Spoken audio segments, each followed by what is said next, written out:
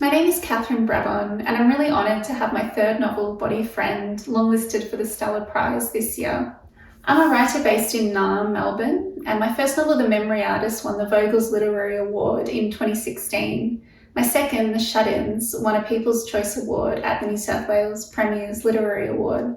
Body Friend, my third novel, is about the body and chronic illness, and it draws on my lived experience. For this reason, it's a real honour to have this recognition by the Stella judges, as I hope that this is a book that encourages some awareness, recognition and conversation around chronic illness, particularly in young people's bodies, and also particularly the focus on women's pain and how that may be narrated and discussed in society. Body Friend is set in Melbourne and follows an unnamed narrator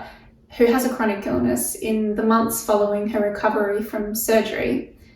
During this time, she meets two women, Frida and Sylvia, who both mirror her in some ways and are like a double of her, but they both have very different experiences of illness and how they treat their illness and their expectations around how you can manage a body that is in pain and a body that is suffering from chronic illness.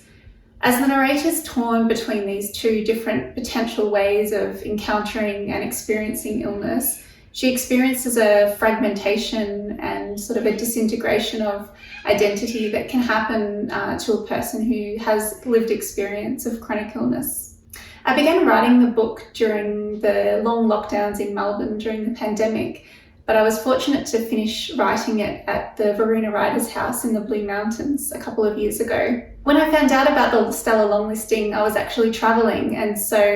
the news came to me in the very early hours of the morning, and so it was sort of a happy blur that I had to kind of let sink in for a while. But it's such an honour to be on this prestigious long list, and particularly for a prize that does so much for championing the voices of women and non-binary writers in Australia.